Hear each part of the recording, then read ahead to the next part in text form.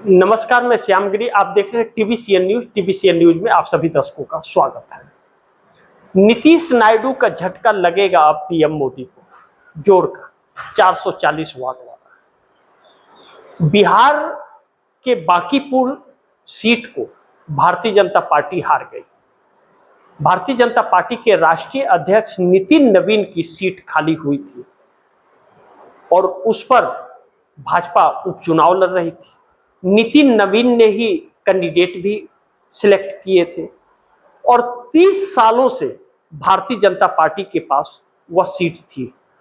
Bharatiya Janata party का ही candidate जीत रहा था, यानी कि नितिन नवीन के परिवार से लोग जीत रहे थे। नितिन नवीन के पिता थे, फिर नितिन नवीन 4 बार चुनाव जीते।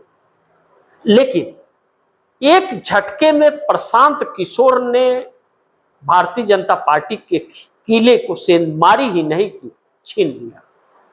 लेकिन इसे समझना बहुत जरूरी है कि आखिर प्रशांत किशोर की इस जीत के पीछे है क्या, वह कौन सी ताकत थी। आप दर्शकों को याद होगा, मैंने एक खबर में आप दर्शकों को बताया था कि सी वोटर के सर्वे में यह रिपोर्ट आई थी कि एनडीए गठबंधन के 86.8% वोटर्स एनडीए गठबंधन से नाराज हैं, उस वक्त जब राम मंदिर में चंदा चोरी हुआ था। लेकिन यह याददाश्त ताजे हैं लोगों को क्योंकि जेन जी आंदोलन जो हुआ है और अभी भी जेन जी सड़कों पर हैं, वह मोदी के लिए बहुत भारी पड़ रहा है, क्योंकि मोदी के उस छवि को पूरी तरह से खत्म कर दिया और जो खौफ था, इनका डर लोगों के अंदर, वह डर निकल गया और जेनजी आक्रोश में है क्योंकि उसके भविष्य के साथ इस सरकार ने खिलवाड़ किया पेपर लीक कर कर। सोचिए कि 154 टाइम्स पेपर लीक हुए, यानी कि इस सरकार के बनने के बाद कोई पेपर ऐसा बचा ही नहीं जो लीक नहीं हुआ। तो बच्चे आक्रोशित हो गए। अब बिहार के इस बांकीपुर सीट में युवाओं का गुस्सा भी झलका और भारतीय जनता पार्टी का वोट देने वाले एक बहुत बड़ा तबका भाजपा का साथ छोड़ दिया। यहां पर एनडीए के सपोर्टर जो थे, नीतीश कुमार के, चाहे चिराग पासवान के, जीतन राम मांझी के, उपेंद्र कुशवाहा के, कोई भी तकनीक काम नहीं आई और एकजुट होकर के वह प्रशांत किशोर की तरफ चले गए। अब आप दर्शक यह भी सोचेंगे कि आरजेडी भी तो एक ऑप्शन थी ना। तेजस्वी यादव को अस्वीकार कर दिया है बिहार ने, यही वजह रहा कि 25 सीटें, और तेजस्वी यादव कहीं न कहीं भाजपा से कंप्रोमाइज हो चुके हैं, यह जनता समझ गई है। इसलिए तेजस्वी यादव के प्रत्याशी आरजेडी के, उनकी जमानत जब्त हो गई। इससे बड़ी बेइज्जती क्या होगा। मैंने पिछले एक कार्यक्रम में आप दर्शकों को कहा था कि अगर प्रशांत किशोर नंबर 2 पर आ जाते हैं तो भी प्रशांत किशोर की जीत होगी और नंबर 3 पर आरजेडी आने का मतलब है कि पतन की शुरुआत होगी। लेकिन आरजेडी तो जमानत भी नहीं बचा पाई और प्रशांत किशोर चुनाव जीत गए, भाजपा अपना किला नहीं बचा पाई। अब इन सबके बीच राहुल गांधी का, कांग्रेस का वोटर्स भी प्रशांत किशोर के साथ थे, कांग्रेस का समर्थन था, यह कहा जा रहा है। और हो भी क्यों ना, क्योंकि तेजस्वी यादव महागठबंधन के राय मशवरे से नहीं थे। कांग्रेस बल्कि चाहती थी कि विपक्ष सपोर्ट कर दे। अगर ऐसा हुआ होता तो शायद आज तस्वीर कुछ और होती, लेकिन तेजस्वी यादव ने जात भी गवाई, भात भी नहीं खाई। लेकिन अब नीतीश कुमार को यह समझ आ गया है कि जनता एनडीए गठबंधन से मुंह मोड़ रही है और सम्राट चौधरी यह समझ गए हैं कि उनकी कुर्सी जा रही है। ऐसे में नीतीश कुमार के पार्टी के अंदर भी यही बात कहा जा रहा था, एनडीए छोड़ दीजिए वरना पतन हो जाएगा। कुछ भाजपा तोड़ेगी और कुछ जनता तोड़ देगी। लेकिन नीतीश कुमार सीएम की कुर्सी से हटा दिए गए, लेकिन भाजपा के साथ बने रहे।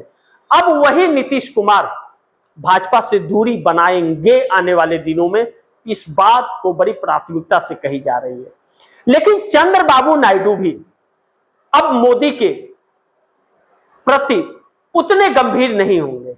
चंद्रबाबू नायडू भी अपना रास्ता भी तलाशेंगे और मोदी का साथ भी आने वाले दिनों में छोड़ेंगे, क्योंकि तस्वीर उन्होंने देख ली कि पूरा देश एनडीए गठबंधन के खिलाफ हो रहा है। जो भी मोदी के साथ रहेगा उसका राजनीतिक कैरियर पूरी तरह से समाप्त हो जाएगा।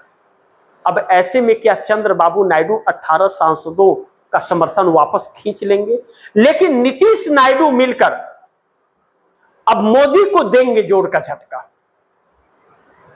बिहार और मध्य प्रदेश की दतिया सीट की हार भाजपा को ले डूबेगी। सिंहासन डोलने लगा है मोदी का, इस्तीफे के भी नंबर आ जाएंगे।